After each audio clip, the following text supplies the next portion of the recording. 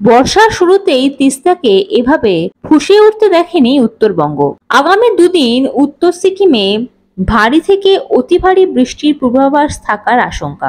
আবার ফুলে ফেঁপে উঠে গত বছরের মতন বিপর্যয় ডেকে আনবে না তো তিস্তা?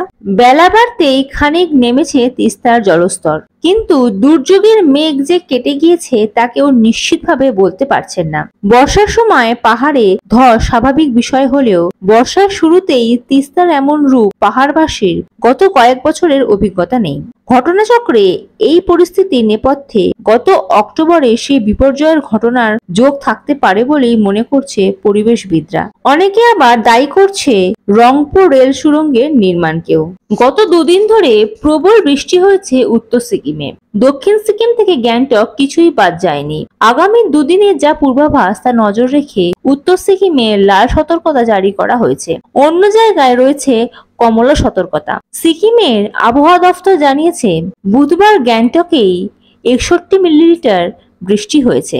বুধবার গ্যাংটকেই 61 মিলিমিটার বৃষ্টি হয়েছে। গেজিং এ বৃষ্টি হয়েছে 65 মিলিমিটার। দক্ষিণ সিকিমের রাভাংলাতে বৃষ্টি হয়েছে 119.5 মিলিমিটার।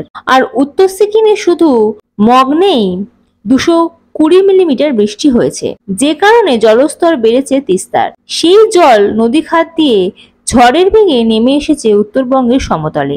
পাহাড়ি এলাকা দিয়ে বয়ে যাওয়ার এই নদী যে শুধু তিস্তার পাড়েই বিপর্যয় ডেকে এনেছে তা নয়। জলপাইগুড়ি সরস্বতীর চা বাগান এলাকা থেকে শুরু করে গজলডোবা ব্যারেজ পার করে মিলনপল্লীর চর থেকে বোদাগঞ্জের গৌরীকোণ, বারোপাটিয়া চর, রন্ধামালির চর সহ দোমোহানির সেতু পর্যন্ত বিভিন্ন এলাকা ক্ষতিগ্রস্ত হয়েছে।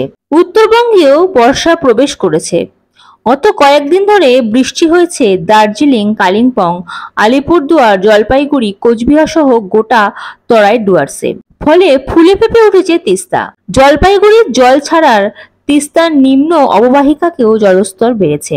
এর ফলে পরিস্থিতি আরো ঘোরালো হওয়ার আশঙ্কা করছেন তরাই ডুয়ার্সের বাসিন্দারাও। কিন্তু বর্ষার শুরুতেই এমন বন্যা পরিস্থিতির সম্ভাবনা স্মরণযোগ্যকালে ঘটেছে বলে মনে করতে পারছেন না অনেকেই। উত্তর সিকিমে প্রবল বৃষ্টি হলেও উত্তরবঙ্গে মাঝারি বৃষ্টি হয়েছে। তা সত্ত্বেও বিস্তীর্ণ এলাকা জুড়ে তিস্তার এই ভয়াবহ রূপ কেন? শিলিগুড়ি কলেজের ভূগোলের অধ্যাপক পার্থপ্রতিম রায়ের মতে, গত বছর অক্টোবর মাসে প্রবল বৃষ্টির জেরে হরপাবানে উত্তর সিকিমের চুংথা বাঁধ ভেঙে যে বিপর্যয় হয়েছিল তাতে জলের সঙ্গে পাথর, বালি, পলিসহ অনেক কিছুই নিচে নেমে এসেছে। সেই পাথর, বালি, পলি নদী খাতে জমা হওয়ায় স্বাভাবিকভাবেই নদীর জলস্তর আগের চেয়ে বেড়েছে, যার ফলে ভারী বৃষ্টি না হওয়া সত্ত্বেও বানভাসী হচ্ছে নিম্ন অববাহিকা। পার্থপ্রতিমের সংযোজন সেবক থেকে রংপো পর্যন্ত রেল সুড়ঙ্গ নির্মাণের সময়ও প্রচুর বালি পাথর নদীর পাড়ে জমা করা হয়েছিল। সেগুলিও বন্যার সময় জলের তোড়ে নদীগর্ভে গিয়ে পড়েছে। সে কারণে নদীর উচ্চতা খানিকটা বেড়ে গিয়ে থাকতে পারে।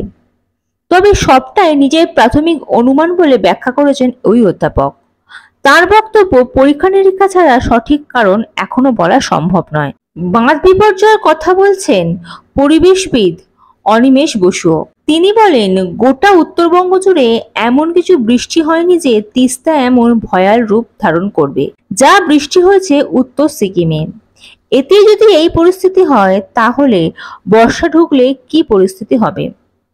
এর অন্যতম কারণ, গত বছর বাঁধ ভেঙে বিপর্যয়ের কারণে বিপুল পরিমাণে পলি জমা হয়ে রয়েছে।